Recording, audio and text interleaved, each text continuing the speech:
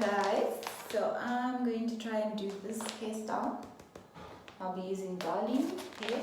We're working with, I washed my hair on Friday last week, so I just oiled it now, and yeah, haven't detangled it yet, but I just oiled my hair, and here we are